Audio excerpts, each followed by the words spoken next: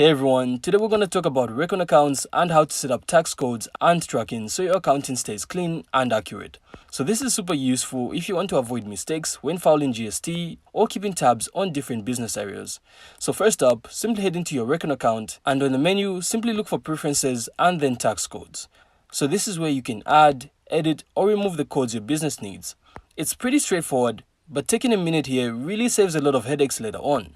So when you're creating a tax code, you will need to decide on the rate, like 10% GST for standard sales in Australia or 0% for GST-free items. So make sure to give it a clear name too, so you instantly recognize it when entering transactions. So this helps keep everything consistent. Next, let's talk about tracking categories.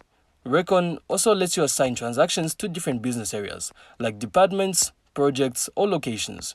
This is a game changer if you want detailed insights into your revenue and expenses. You can also see exactly which parts of your business are profitable and which need attention.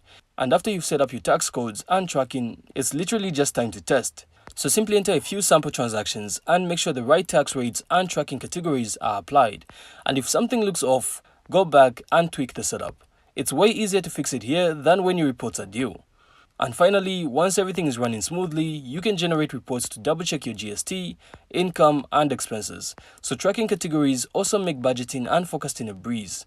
And this is because you can see your numbers sliced however you need. And that's really it. So that's how to set up tax codes and tracking in Recon accounts. So it's all about having the right codes, assigning them consistently, and making sure your reports are accurate. So if you found this helpful, make sure to leave a like and of course subscribe. Then we'll see you on the next one.